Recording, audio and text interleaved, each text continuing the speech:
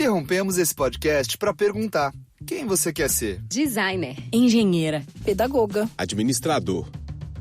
Quer saber? O Senac EAD é nota máxima no MEC. Tem cursos de diversas áreas, com conteúdo elaborado por especialistas do mercado e professores mestres e doutores. Ainda tem o Senac Carreiras, conectando estudantes a vagas de emprego em todo o país. Saiba mais em ead.senac.br/graduação.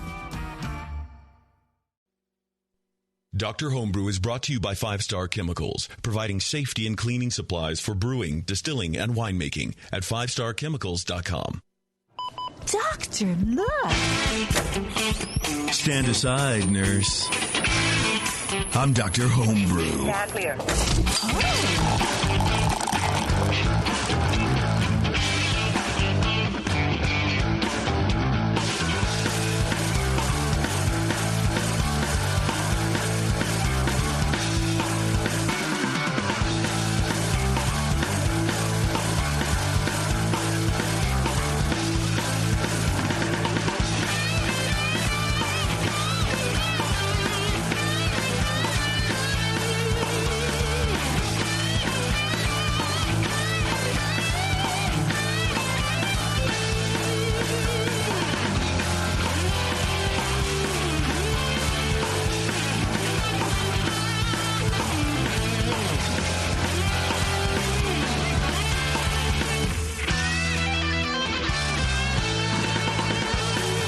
All right, welcome back, everybody. Dr. Homebrew in the surgical theater that is the fishbowl at the bar where we record things. Yep. We're ready? It is kind of like a old school little operating theater, isn't it? Everyone's spying on us, trying to figure out our subtleties. Nobody ever looks at us, dude. They do. I notice it. People fucking stare. I've had people I've had people come in and go, "Hey, can I be on the radio?" And I hang myself when that happens. But let's just pull somebody in. Here. I don't care. It's fine. Yeah, let's talk to you, bro. Whoever you are. What are you drinking, buddy? Let's do it. Something hazy. Anyway, before we get too angry, then there's the staff that just walks in like they own the place. I know, right? Like they have something to do. Like whatever. Oh, I got to go fart in the fucking office. I can't do anything about it. He closed the door. He didn't hear that. Anyway, let's thank our sponsor, 5 Star, who is by no way in charge of what we're saying. They don't have any responsibility to what we're saying.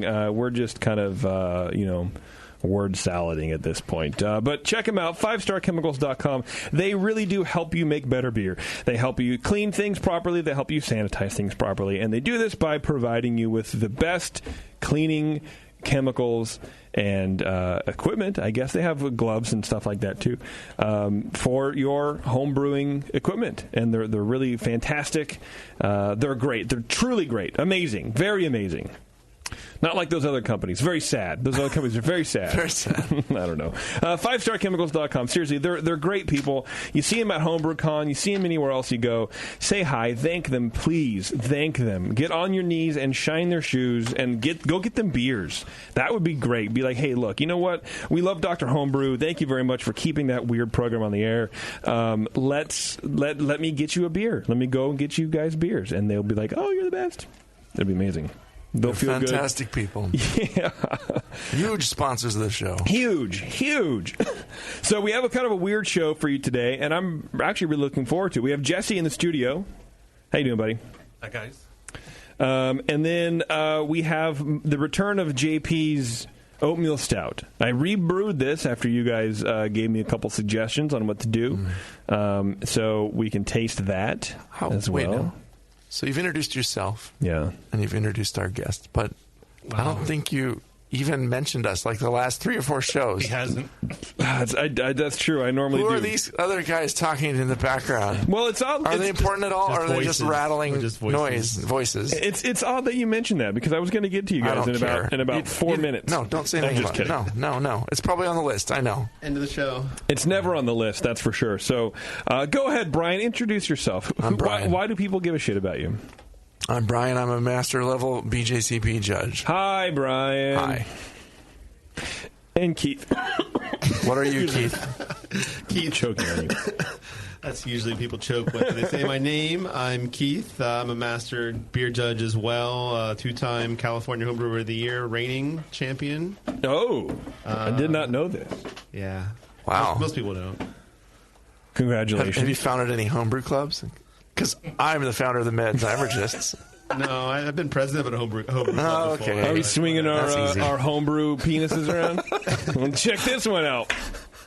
Plop. That's why you never mention us. We'll just get into this pissing contest. Oh, that's screw right. those guys. How many Just judge national the awards beers. you won? Just judge the beers. Oh, burn! I have 2 NHC medals only, sadly. Hey, man, I've tried several times. Oh, actually, I registered for the opportunity to be told if I can enter my beers or not. Yeah, yes, I still need to do that. I'm going to. So I want to talk about this oatmeal stout because I would like to enter the recipe. Obviously, not the same beer. Yeah. So we're going to try some of that. I'm going to enter the Grodzitsky that I've made before too. Yeah. Because who the fuck makes a Grodzitsky? Probably a lot of people now. It's going to be the next. Oh, really? I made one not long ago. I ordered some Rauch malt, and More Beer sent me the smoked wheat malt instead. So I was like, oh, I guess I have to make a Grodzitsky now. Fuck. There you go. But yeah, no, I think now they actually even called it out in historical. If you look at the guidelines this year, they've broken it out. But no, I think Well, don't enter yours. I didn't make one this year anyway. Good. When should I make that? Like, when should I brew it? It's a really low alcohol beer. Yeah, so it's like a pretty 3.5. Yeah. That's what I thought. Like pretty fresh, right? Yeah. Okay. And then, so we're gonna tackle Jesse's beers. We're gonna tackle mine, but not in super detail because we've kind of done it before. And then we're just gonna kind of drink beer. Jesse brought some beers for us from the East Coast. What did you bring? Carton beer. Carton. Okay. All right. Some other half. All I know right. you like session beers. Jake. Is that what that is? That is. Okay. And both of these are session beers. Have we had them on the show, or have you? Yeah, sent Jet them? on carton. Yeah, because the About boat, a year ago, maybe? the boat beer I remember them talking about. Yeah, but you didn't have it. We didn't have it. Wait, no. he came from the East Coast and he didn't bring any Eddie Topper? Man. Actually, I had some old stuff. It was a few months old, and my wife said, no, you couldn't bring that. That's for me. Your wife's pretty savvy. She knows what the fuck's up, man. She's protecting us. And then She's listened to you. well, then She must not be that savvy then if she's listening to him. Well, that's true. Well, that's my fault. she was protecting us from the old beer and just from the beer in general.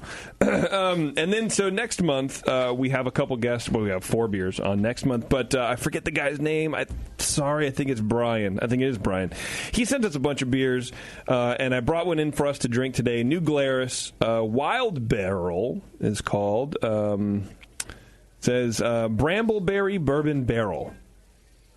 Brambleberry Bourbon Barrel is a spontaneously fermented wild brown ale from our Wild Fruit Cove or Cave. I can't. It's like written in cursive. Which who the fuck? What?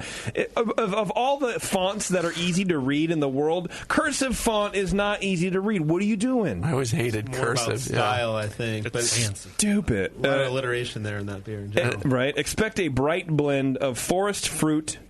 What's forest fruit? What is forest fruit? Berries and stuff. You can find berries on the side of the road in Oregon. I don't know, whatever. Anyway, sorry. Backed with oaky barrel notes. Oaky barrel notes. Great for aging or drinking today. This sounds pretty fantastic to me. It sounds good, but the marketing is shit. Yeah, it's either good now or later. Yeah, oaky barrel notes. I'll pass them your feedback when I go to New Glarus this Please summer. do. It's like the Sesame Street of beer. The New Glarus Fest, the beer, bacon, and cheese, and polka, and that sounds pretty good. Festival. That sounds pretty good, man. Well, I'm it's not going to a lie. whole weekend of shenanigans over there, I guess. My brother always goes. Yeah. This year, it's a different weekend than NHC, so I get to do both. It's going to be pretty cool. Nice. And they're close together. Nice. I like that. Hard man. Hat Tour. Yay. I like that. That'll be fun for you. That'll be fun. Speaking of fun, February is the time of year when you give your loved one what they desire most. A label. After all, if you're anything like us, your most prized possession is your latest batch of homebrew. So treat it like the amazing miracle it is and label it with some grog tags. For the month of February, take 20% off your order when you use code WeLoveYou at checkout. That's all one word, We Love You.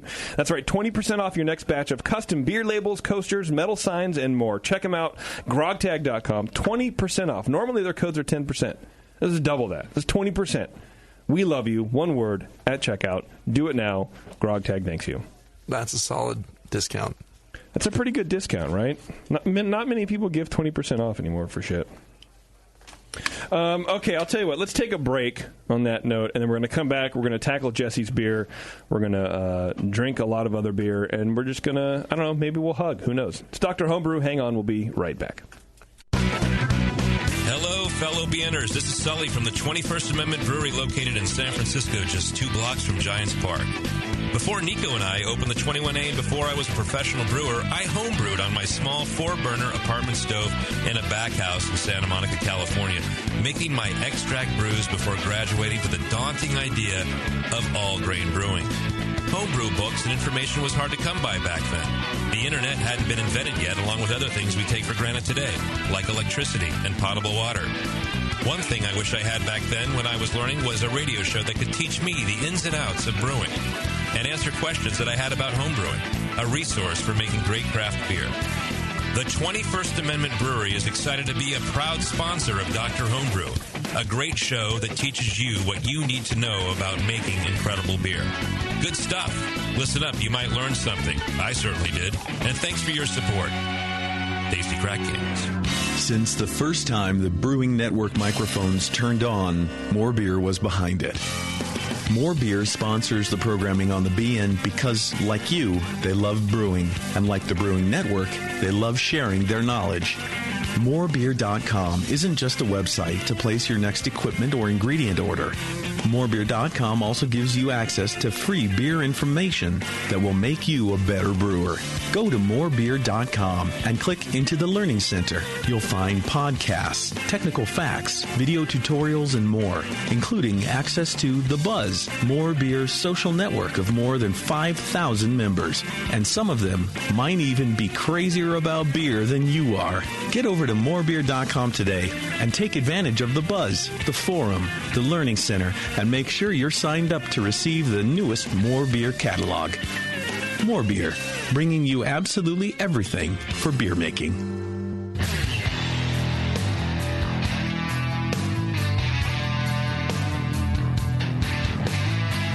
Now, back to the examination.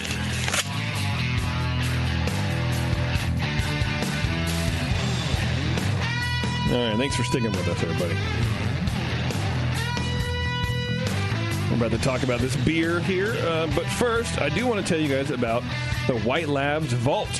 Hopefully you've heard about it. It's a collection of yeast strains that White Labs has been curating for more than 20 years, which a lot of people don't really realize. They've been around for a long time. Some of these strains have never been available until now. Visit whitelabs.com/thevault to check out the current list and pre-order the strain you want released. Once there are 250 pre-orders for that strain, it will go into production, and you'll get it, and you can make some beer. Help release the yeast. Visit whitelabs.com/thevault. I got one of those. Yeah, so you they're did? like What was it? The Hansen WLP 075. huh. The Hansen? What? Like to make hops with? What is it? Hops. What's the Hansen? I made an IPA. It was really good. It cleared really clear too. Yeah. Do you remember like the root of the strain or like where it came from or anything? No. Okay. Some help you are, Jesse. All right, man. Well, welcome to the studio, Thank Jesse. How long have you been homebrewing, dude? Well, I started back when I was in college, back in the 90s, and then life got in the way. And started up again back in 2014 after I got a kegerator and said, "Oh, I can homebrew again and not bottle." You got to fill this shit. Okay, good. And you have an IPA here. Is this your first attempt at an IPA? Or? No. Okay. Something you like doing? I like IPAs. I brewed this over Thanksgiving weekend, and everything seemed to be okay at first, but one thing that happened I noticed was the pH was really low in the mash. Okay. I screwed up something on the water calculations. So. Okay, so you know this is a beer that has some weird things going on, and you want to figure out what's happening. Exactly. Okay, and, good. I was going to dump it, but then I said, maybe I'll try to see what was wrong with it. Yeah, well, that's the other side of the show, and that's kind of what we want. We want people to ask questions, and hopefully we can help them out. So I'm glad you didn't dump it. Brian, you're up, buddy. Sorry, go for this. This patient is dead on arrival. We cannot fix it. I can't tell you anything about this beer. It's okay. So aroma-wise, The hops, it's got kind of a medium pine and citrus, a little low grapefruity note from the hops, a slightly dank quality as well. The malt is low, bready, supporting. There's some medium apple pear esters in there in check. It's there's a low honey-like malt note in there, which wasn't too bad. It's since Thanksgiving, it's still the freshness might be starting to slide a little bit, but it's not too bad. A little oxidation creeping in possibly. I also thought I got a little bit of DMS or something in there, but later on, once I got into the flavor, I was able to pick out in the aroma, and as Keith just aptly did anyway, a phenolic note in the aroma. The appearance is golden colored. It's got a bit of an orangey hue to it. Low white head, stays only briefly, kind of pops down. Medium low hop haze, that's pretty acceptable. You can easily see through it. It's not a haze monster. Flavor wise, yeah. Boom, chlorophenolic. It's a medicinal phenolic flavor that can come up in the aroma, mouthfeel, and the flavor. It's kind of a medium level, but it's very noticeable right up front. And then I go back and get in the aroma too. We'll talk about how to fix that later, but the base malt's in there, low and supporting citrusy and piney hops. The chlorophenolic is not distracting enough that you don't get the malt and the hops in there, so it's still, you get beer. It's still an IPA. It's just got a minor flaw to it that's kind of detracting. Medium low esters out of the way. The hops and that phenolic kind of linger in the aftertaste. It finishes medium dry. The balance is still to the hops. You can taste that. The bitterness isn't too harsh. It's kind of nicely bittered, I thought. Medium light body in the mouthfeel. Medium carbonation. Low alcohol warmth. Low astringency. Again, a little bit of astringent biting quality from that phenolic, I think. It doesn't seem like it's from your tannin extraction from the malts. It seems like it's a little bit of biting from that chlorophenolic that's in there. This is just not very creamy or smooth. It would kind of present itself differently if that was gone. Overall, it's a good attempt at an American IPA. It seems like a nice recipe. Hop choices are pretty cool. I would fix that chlorophenolic thing. You can... you want to remove any trace of chlorine from your water to start with. If there can be two culprits. There can be chlorine in your water, or it could be a contamination issue. If it's chloramines in your water, we'll talk about your water treatment.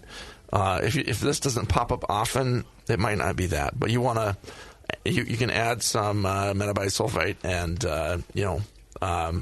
boil off you can get rid of the chloramines, boiling them off, or very, very, very slow filtering. Sometimes people filter faster than they may be good for their own good. You really open the tap water. You open the tap, crank and it's going to flow right through. So I have to get one of the remind myself to not do that. Specific for removing chloramines. Yeah, and chlorine's kind of a tough one, but yeah. If you're just using tap water and you get that medicinal kind of flavor, that's where it's coming from, people. Okay. And if you get it in every beer, why are you doing that? That's a good question. The old school thing used to be, people used to sanitize with bleach. I sincerely doubt that Jesse is sanitizing with bleach. I don't know. He looks like a kind of guy who would sanitize with bleach. He smells a little. I had like a buddy bleach, that swore by it, but then you always have to rinse it and make sure your water's clean. And Star San, it's a rinse. You just dump it. Yeah. Done. So that's usually not the culprit in most modern homebrew recipes, or it can be from contamination, like soiled transfer tubing or something, and it can come from bugs too, kicking that out. A little kind of chlorophenolic. It's like a medicinal, like the chloroseptic they use for the throat spray thing. It's the same kind of chemical. Okay, so it's a biting, sore throat medicine kind of a flavor. Yeah. So I gave the beer a 26. I thought it was good. It was not horrible. It wasn't the worst IPA I've ever had, but it was kind of just took it down from what probably was a pretty nice recipe, a pretty good beer, to I don't want to drink a lot of that. Yeah. Okay. Perfect. Keith, you're up, buddy. Pencils down. Thanks, Brian. Just drawing on my score sheet right now. Nervous energy. Cat with a K. house, home, whatever. Passion fruit, some passion fruit, some orange, hint of peach. But I was detecting a low phenol in the nose. As it sits more and more, you get more of it as the sort of the hops sort of fade a little bit as it warms up. I get more of the phenol. A little low sweetness. Beyond that, maybe a little bit of melon too as it warms. But phenol was really the major issue. Obviously, everything else was really appropriate for the style. Light copper, white head, a little bit of wispiness on the head there. Light haze, just a touch of haze. Medium sized bubbles. Overall, and also I think a touch of greenness. It looks a little bit green. Yeah, I can see that. Yeah, I almost said like kind of grayish, tannish. Yeah, hue to it. With the gray along with the orange. But yeah, there is a green, orangey tan. Yeah, it's greenish, just kind of blending with it. So flavor, the chlorophenol, as Brian mentioned, is the big problem here. It does jump out at you. It makes everything else a little bit tough to taste. I am getting some of that hop flavor. Some of the tropical and citrus is coming through in the flavor. And it seems like the bitterness is appropriate. I think the bitterness is on the lower side for the style, and I like that about it. I think that goes well. But the chlorophenol flavor is dominant. It's really harsh, too. And beyond that, I got maybe a touch of a little candy, a little bit of caramel in the malt. But, I think... Yeah, the big problem there is the chlorophenol. Medium body, medium carbonation, low hop astringency, just a touch of warming from the alcohol, and then the chlorophenol harshness, too, in the mouthfeel. So overall, I haven't really seen the scores as I've been going along. I'll just wrap those up as I finish up here. But this has potential to be a really good IPA, but the phenol character is obviously the problem. I had the same recommendations as Brian. First would be to water source, and Camden tablets like you mentioned. Water filter too. You could get a disc or something and drill a little hole in it and put that to make your shelf go a lot slower, so it can't come out any faster. If you are using a filter to take out chloramines or chlorine, but if it is a sanitation sort of issue, make sure you're pitching a lot of yeast, healthy yeast, make sure you get a fast start, all those sort of things, oxygen, all the normal stuff to make sure nothing else takes over instead. But I really enjoyed the hop aroma. I was ashamed that the phenols crept in there. Mm-hmm. So I'm really interested in hearing what you think the issue is here, Jesse. And you think, is it water derived or is it an infection derived? Yeah, and chlorine, by the way, is a gas, so it's easy to get rid of. You can just boil it off. But the chloramines are meant to stay in the water a little. They make it a chemical that stays in the water a little more sturdily, and it's harder to get rid of. So you do have to filter it I'm a little bit. I'm oversensitive. I overtreat the shit out of it. Really. Yeah. I use both a filter that's supposed to have chloramines, chlorine, run it super slow like you guys said, and then I also use a Camden tablet as well. Double. Okay. Just a double. I'm just and it does add a little bit of calcium and a little bit of mineral trace, but we're dealing with pretty soft water where I live anyway, so it's not adding a ton of stuff. I'm already adding stuff to my water anyway to get to where I want to be, so it's not doing much. But I'm just I'm really sensitive. I remember one time probably my third beer I ever made, it was always called plastic porter because it had the chlorophenol and it was in the water. And it was like, how did we not do that in the first two beers? And I think actually got different water. We use spring water the first two beers. Like, we could just use tap water. And didn't work. Yeah, that didn't work so well. So I remember there was one kid in college, we always gave it to him because he was always begging for beer. Like, you can drink the plastic porter. There you go. I can't say I've never done that before. I've definitely done that. Funny. All right, Jesse, you want to run through your recipe real fast, man? Sure. Let's see. First of all, the water. I got water from the grocery store, the filtered water. Okay. Which technically I didn't test this batch. I had tested it back in the summertime. And a lot of times it's like RO water in those grocery store things. That's what I figured. Yeah. And so I did some I tested it with that. Similar water with the iDip, and it was just red 0 on everything, I had the water report that I did. The chlorides in that were just 20 parts per million. Alkalinity was 10. Get on that mic. Yeah, there you go. Alkalinity was 10. Residual alkalinity 0.342. Sodium 17.7. Bicarbonate 12.2.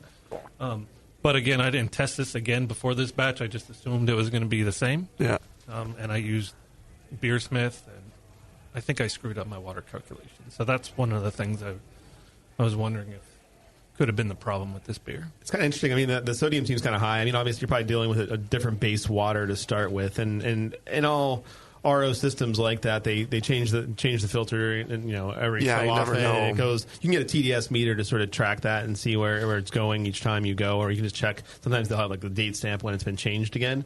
But I'm just interested that the sodium level was that high out of the gate. I mean, with RO water, it just seems a little bit high, but it says filtered water. Filtered, but okay.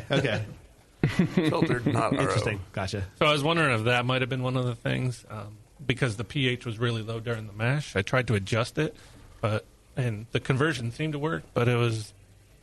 I figured I was that far. I was just going to keep going. Yeah. Why not? When I brought it to my home, let me go through the recipe first. Yeah. For my malt bill, I did 13.2 pounds of Thomas Fawcett Pearl malt. And I was supposed to put in 1.5 pounds of dextrose, but what I thought was dextrose was actually lactose on the shelf. So I said, well, I better not put that in. Okay. I did not put that in, but I did put in some DME to help boost it up to get to the original gravity that I wanted. I was shooting for 6 gallons into the fermenter. For the hops, I used 4 milliliters of hop shot for that. What? Hop shot. What is that? The hop extract. Bittering. Just for bittering. Oh, okay. Which is very, very sticky. Yeah. Okay. So I dissolved it in a little bit of vodka for a couple hours first. Okay. I thought this beer was a little too bitter, and I was surprised that It might have that much. declined since the initial, yeah. There were no other hops in it except Whirlpool hops of Mosaic and Citra. Okay, yeah, getting a little tropical there. That was it. I boiled for 60 minutes. My original gravity was 1058, and I think I got it down to 1010. Yeah, 1010 for a final. Let's see. I did a 1.2 liter starter with it. I ran that for a day or so. Honestly, I don't remember what yeast I used for that because I did 3 batches that weekend. You're a brew machine, man. Let's see. I have a fermentation chamber with a stainless conical. Cool. And let's see. What did I have that on? Anyway, I think it was about 63 for a few days. Okay. Once fermentation started subsiding, I dumped a little trub. And then I also did a recirc on the dry hop. Cool. Nice to have that ability with the conical. It's that's a pretty cool way to go. After that was all done, What do you mean by recirc for the dry hop? I have a little pump, and I was taking it out of the sample port and back up through the Okay. dump port.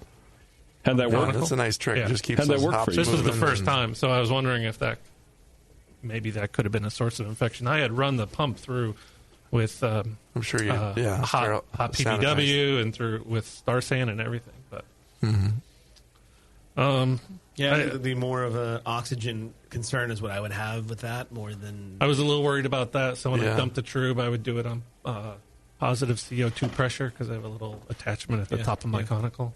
So I did it like 2 psi and dump it. Light CO2 on top. That Exactly. helps, yeah. And that's pretty much how I would do it when I was dumping any trub because I was worried about oxygen. And have you done any of that since the hop reset? I haven't. Yeah. This was the last batch I brewed. I haven't brewed since. Oh, okay. Yeah. You should definitely try it again and see if you get a similar result, or if it might have just been a fluke. But yeah.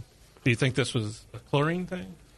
I mean, it could be the water. Yeah, like I'm interested in what the kind of the water filter is. Like a lot of them, they say they're filtered. If you look at them closely, they'll talk about the types of filters. I think where I go, I only pretty much use it for my Star Sand. Is what my 5-star Star Sand. I use the RO water in my local store, and they'll say, okay, it comes with it has a chlorine filter. It has an RO filter. There's 4 different filters. There's sediment filter, and I think there's another. There's two like charcoal filters in it for some stupid reason. I don't know why, but anyway, it's clearly marked that it has an RO filter in it. So I'm interested. Yeah, it has 2 charcoal filters, so you didn't be stripping anything out. And RO would as well. I just wonder, what kind of filter they're actually using in the store that you're getting this, and is it the filter been used too much at that point in time, and is stuff like chlorine getting through or not? I wonder why you use filtered water for your Star Sand. Is there a reason for that? Lower TDS, lower mineral content in the Star Sand. It stays clearer, and you can use it longer. I'm so water conscious now. The drought's now the drought is maybe over. I shouldn't be less concerned about that, but I just try to use as little water as possible. No, that's cool. I can use Star Sand a little bit longer, which it's scary, but it does stay clear, and the pH doesn't rise as much. Gets that cloudiness. The cloudy and the kind of the scummy sort of feel to it. Yeah, so you don't get the scum on your containers and pitchers afterwards. It's clear, and you can use it a little bit longer. And it's only like $3, and it's right at the street for me, and I can fill up a 5-gallon bucket for $3. Yeah, that's great. So why not? That sounds good to me. I might have to start doing that. That was a little bit of a I have since got a RO water filter, but I haven't used it for brewing. And I've done similar recipes with this with Poland spring water, which is spring water. And it was great. My wife loves that one. Cool. Nobody liked this one. You said this was your last batch, so you didn't reuse the yeast after this, so you couldn't tell really. No, I dumped all the yeast. Yeah, it's a tough call. I mean, it's really hard to say which is the problem, and like Brian was saying, you could try the water again, and then sometimes you're kind of like, well, do I really, now that you have an RO at home, why would you redo that, Well, that weekend I did 3 brews, another IPA, all with the same water. That IPA did not come out that great, but it wasn't like this. Okay. And I did a chocolate peanut butter porter, which came out fantastic. Everybody loved that. Awesome. So it's probably not the water source then, and it ends up probably being that way. Probably ends up being that something did get picked up, but I don't know. I'm a little interested in the whole, like, for me, what I tend to do for dry hopping is in my conical I'll hook up CO2 to say the out like port and bubble it up while I'm adding hops, and that's my way of sort of recirculating the wort and recirculating the hops through, instead of trying to push the wort around where is it really in a CO2 like closed environment or not. And if you're cleaning your pump with Star Sand has a lot of oxygen in it, and you're exposing it to oxygen there too. And I don't know, I think things like that kind of scare me. Oxidation and hoppy beers are a scary thing to me. I know there's some breweries still that even they'll dry hop near the end of fermentation while there's still CO2 bubbling out. So and just the pump, is there any oxygen whatsoever inside your pump in there? Spinning around in there. Yeah, there might have been a little bit. You don't know, but it wasn't like heavily oxidized beer, and that wouldn't be the culprit of the chlorophenol. But it's interesting. Would you guys think it's more of a possible slight infection? I would lean towards thinking that myself. It sounds like the water you got was probably filtered fine, and anything, I haven't heard of people having big problems with something from a grocery store, kind of heavily filtered water. It should be okay for that. There shouldn't be a ton of chloramines in it.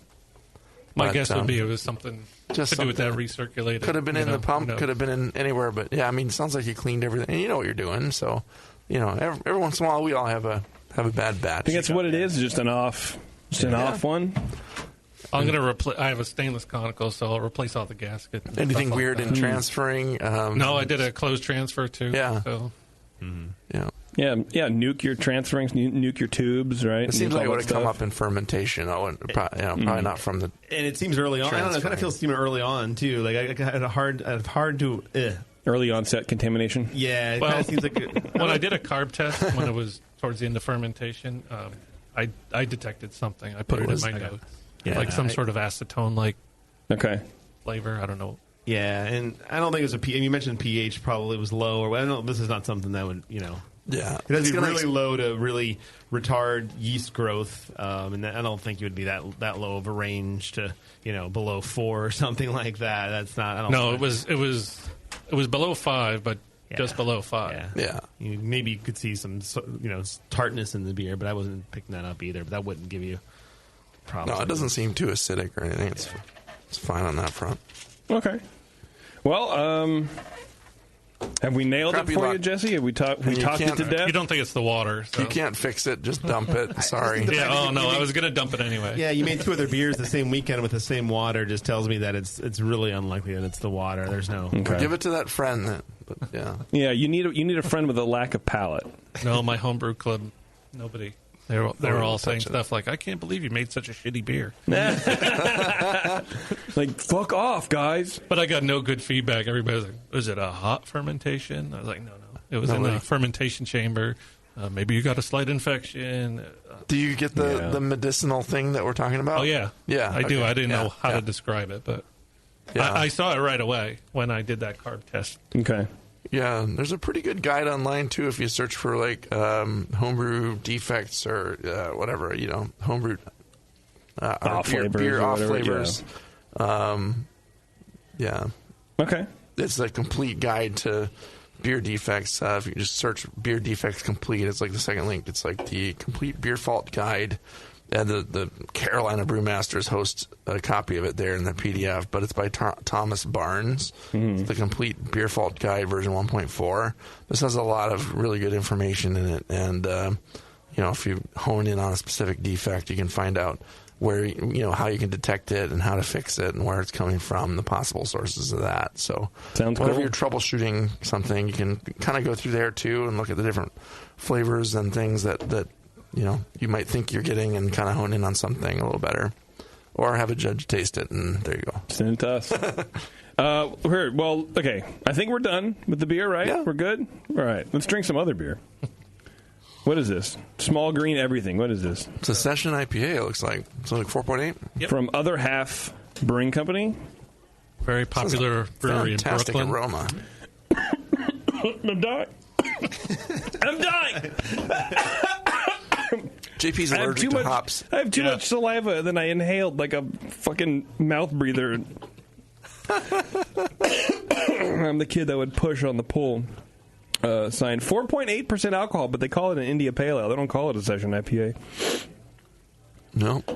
Which is funny, because like out here, if you put session before IPA, it fucking sells. But maybe it's just a marketing thing. Maybe they don't care. Well, they put the ABV right on there. It's pretty good. I like it. But it does taste full. It has kind of a mouthfeel of an IPA and a bitterness pack of an IPA. I wouldn't taste this and think it's 4.8. If you say the word juicy, Keith, I'm going to fucking punch you in the mouth. I can see it on your face. Is that what you're going to say? I was not going to say that. I was going to make fun of the fact that it was hazy and see what you thought about that. It's only lightly I wouldn't hazy. say juicy. It's lightly hazy. It is Got some hop haze It is to it. hazy, but look, yeast haze, maybe? hazy's fine. The cloud, the orange juice shit, I don't like. But this is fine. I mean, I don't know. I would imagine they put some sort of mouth feel in here, some oats or something, Mouth right? breather in there. A little mouth breather. It's good. I like it. Thanks for bringing. I got that a couple weeks ago, so I figured it was still fresh enough to bring. Yeah, it's good, man. Very good, yeah. I like it. You know what else is good? Wait, what did I do already? Fuck, did I already do JP, that? can I do a shout out to my wife? And Do it. Hi, honey, and hi, all my friends, the beer babes at home. I've been getting babes. texts. Yeah. All Oh, right. really? Nice. We got some live listening going on. Oh, one other plug, if I could. I should probably stop cussing then. Yeah, go ahead. I'm running for AHA governing committee. So, Okay. So vote Good for me, you. Nice. please. Do your Congratulations. duty, sir. You Yes. must have a lot of free time. Well, I figured if Justin could do it. Well, he did it that one time. He's an That's about it. inspiration to somebody? What? Yeah. Speaking of inspiration, have you seen what the free Brew Guru app can do for you? It's built by the American Homebrewers Association, all homebrewers and beer lovers. It delivers brewing knowledge, money-saving deals at breweries, beer bars, and homebrew supply shops. You just plug in your AHA number, and it kind of guides you to where you can save all the money, man. You can find deals, save money on beer, food, and brewing supplies. You can read articles from trusted resources at the American Homebrew Association and Zymergy Magazine, and use the powerful brewery locator to find nearby breweries, tap rooms, beer bars. Oh, Jesse, don't burp in front of my live read. That's rude.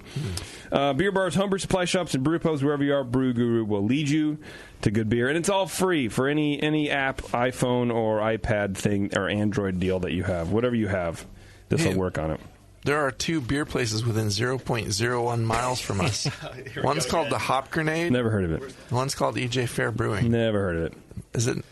Is Could it be next door? This joke never gets old. I'm telling you, I love this joke.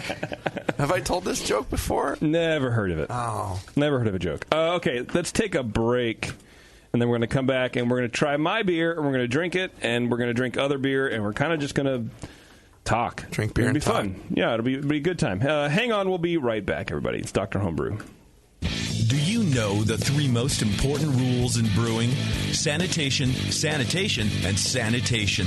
And no one does it better than 5-Star Chemicals. 5-Star knows sanitation. You can only sanitize clean equipment. And 5-Star knows how to clean, too. For craft brewers and home brewers, 5-Star has what you need to keep your fermenters, serving tanks, kegs, and draft lines sparkling and free of any beer-spoiling bacteria. PBW, caustic, acid cleaners, Star San, SaniClean, lubricants and defoamers, pH stabilizers, and more. 5-Star Chemicals has cleaning supplies, safety supplies, heat exchangers, pumps, hoses, and valves. And 5-Star is proud to offer eco-friendly products that exceed customer expectations. If you have a cleaning problem, you need the 5-Star solution. Visit 5starchemicals.com or call 800-782-7019. 800-782-7019 and get the 5-Star treatment today. Admit it. Homebrewing is not always free of frustrations. Years ago, brothers Bill and Jim Mitchell decided to minimize those frustrations and create an entirely new brewing process and a brand new kitchen appliance, the Pico Brew Zymatic. The Zymatic sits on your kitchen counter and connects to the internet via Wi-Fi. It comes with access to a huge recipe library full of award-winning beers and can brew your next batch at the push of a button. Improve repeatability and refine your recipes with the Pico Brew Zymatic. With minimal cleaning and hassle, the Zymatic enables anyone to brew craft beer in the comfort of their own kitchen. Just add your ingredients and the process of homebrewing becomes simplified and automatic, allowing you to focus on what really matters while you brew. At Pico Brew, they believe everyone should be able to enjoy the art of homebrewing and make their own damn good craft beer. See the Zymatic in action today at picobrew.com. I'm sorry to tell you this, but we're going to have to pour you out. Back to Dr. Homebrew.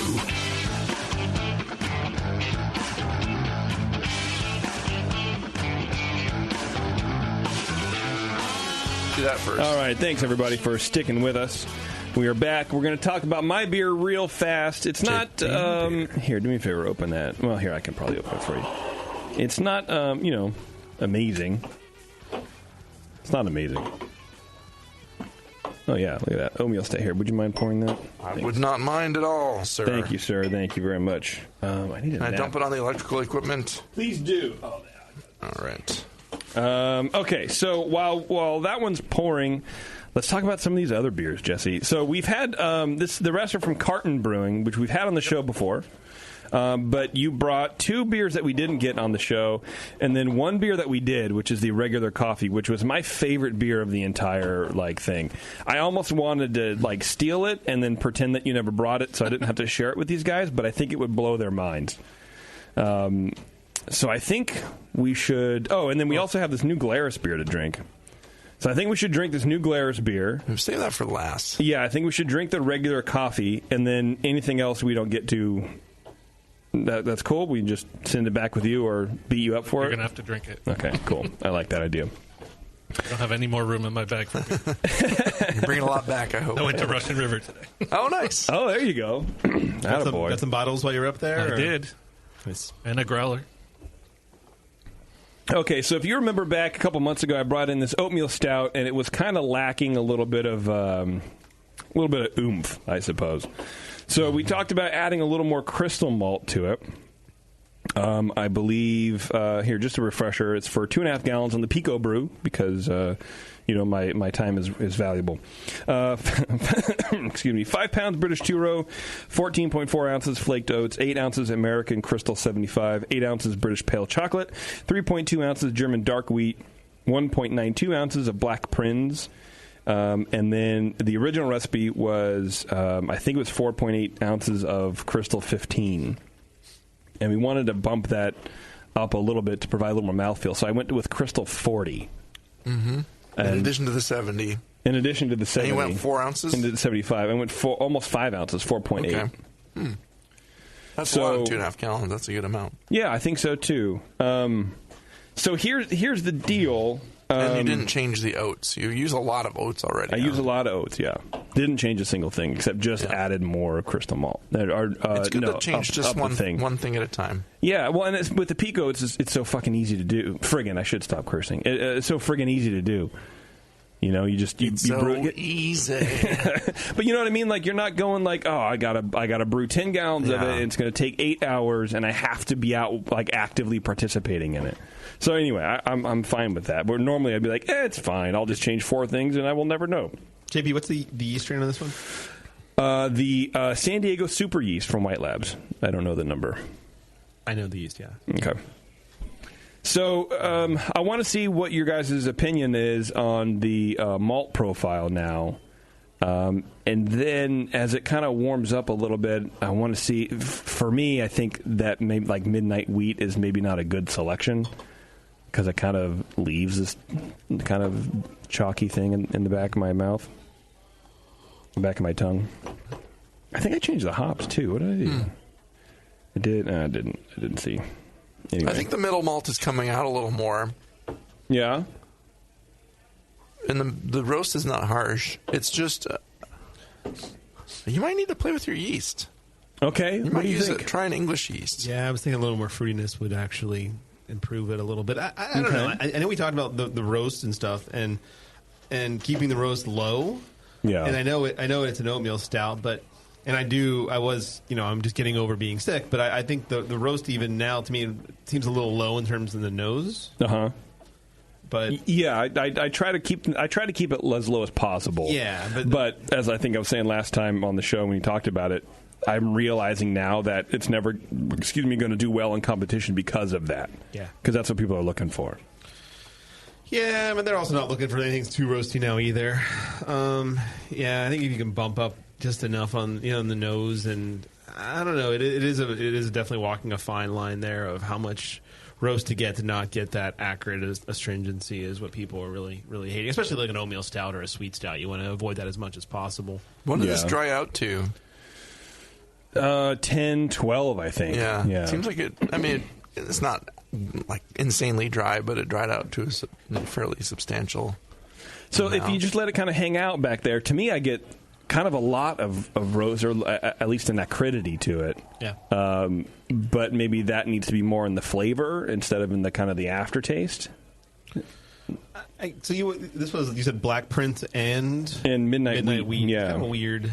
I know, super weird combo. Yeah, and again, thinking about it, maybe the Midnight Wheat is a bad choice. I kind of dug it just because it seemed cool, something new and different. Yeah, but I think that's what's kicking that aftertaste. It just tastes like burnt wheat malt for some reason, which is weird. Yeah, I can get that. Yeah. So I think maybe I just won't use it again. Maybe I'll take it out in exchange for like. You need to put a pound of black patent in there. No, yeah. I don't know, do you have any? I know you said you have pale chocolate, right? Do you have any like regular chocolate in there? No. That's what I was wondering too. Yeah. Maybe a regular chocolate. It would be less acrid probably, and maybe give you a little more character than I think the maybe pull out the Midnight Wheat, leave the Black Prince, and push up some chocolate, some regular chocolate. Okay, I'll do it. And dude, I'll fucking have it for English next show. Yeast too, though. English yeast. I'll have it for the next show. 1968 or a WLP02. Yeah. Yeah. Try the English yeast. We only speak in WLP here. We don't know the numbers. Sure. Yeah. How about Giga yeast numbers? We use those? Yeah. Never heard of it. Okay, well, there you go. That's all I wanted to... Are we going to use sound bites? So, you tell us, what we did this time. You idiots. This you told me. You steered me way I did wrong. that. And you guys are going to be like, no, we did keep not. all that. What are you doing? Don't change the yeast. It's fine. Let's drink some beer. Let's do it. Okay, I really want you guys to try this regular This coffee. is it's a nice oatmeal stout. It's fine. It's consistent. It doesn't taste that much different from the one before. What would you score this? And I know, I'm not going to hold you to it, but just throw mid-30s. Mid-30s? Yeah, okay. That's what I'm thinking. I don't know. I feel like it's clean, but it's not balanced right. Yeah. Because that's what I get normally whenever I enter this. I get mid to high 30s. consistent. They've never gotten below a 35 with this beer. I really think the more sweetness, a little more fruitiness, and some a little more character malt, a little more roast character malt without being acrid would be the way to bump it up. And that's asking for a lot. Just the yeast is going to change a lot of the way that all those things play off each other. Yeah, you could even just the sweetness could even just using O2 would give you that sweetness that just you wouldn't get from the San Diego super yeast. Okay, cool. As well. All right. Well, thanks. I wanted to, I just wanted to update us, and so this is regular coffee from Carton Brewing, and if I remember correctly, Jesse, maybe you can help me phrase it properly, but I think they wanted to make a beer that tasted like Dunkin' Donuts coffee or something like that. Right. Yeah. Why did I expect this to be dark? Right. It's an imperial cream ale with coffee. Huh. What's the ABV in this? I passed the can. 12%. It is 12%. Shit. What? You're kidding. So again. Now since memory, right? I'm tasting it and I'm remembering the show now. They wanted it to taste like a regular coffee, which is coffee with a little bit of cream in it.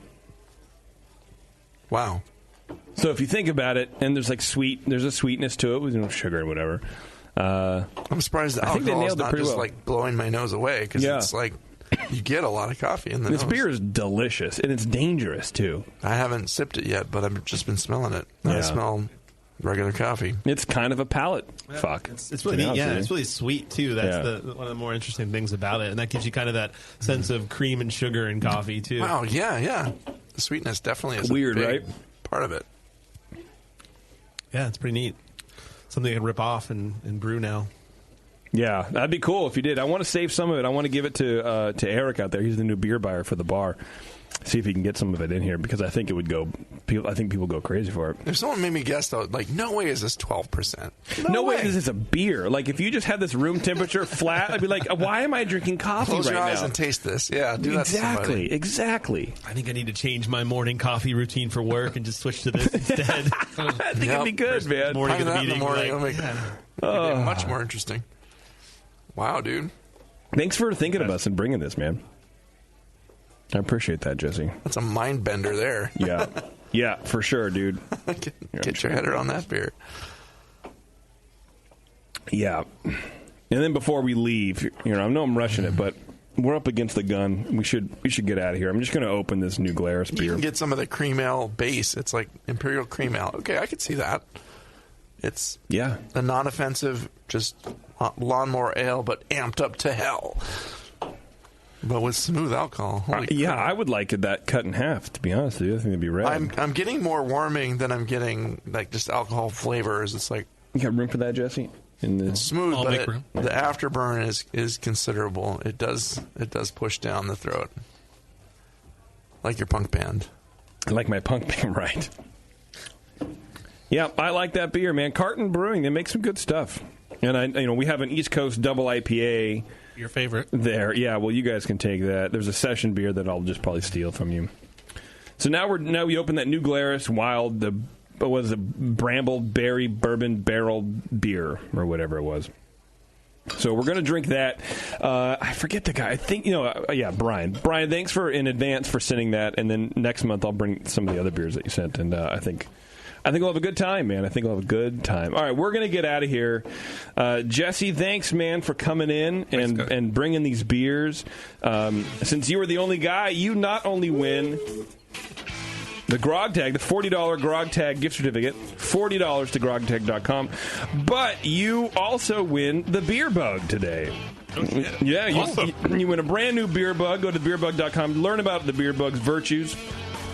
Basically, it's essentially a weighted system. It tells you via wireless. It connects to an app, and it'll tell you where your starting gravity is, where your finishing gravity is, all that kind of stuff. The temperature of the beer. You can just look at your app. You can tell exactly the moment fermentation kicks off.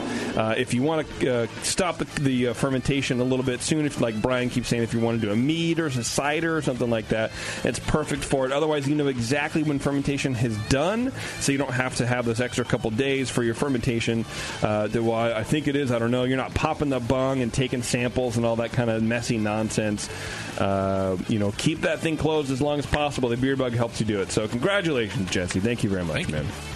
Thank you. Okay, I think we did it all, everybody. We did it all. We're going to sit here and drink these beers, and we'll see you guys later. This has been Dr. Homebrew. Cheers.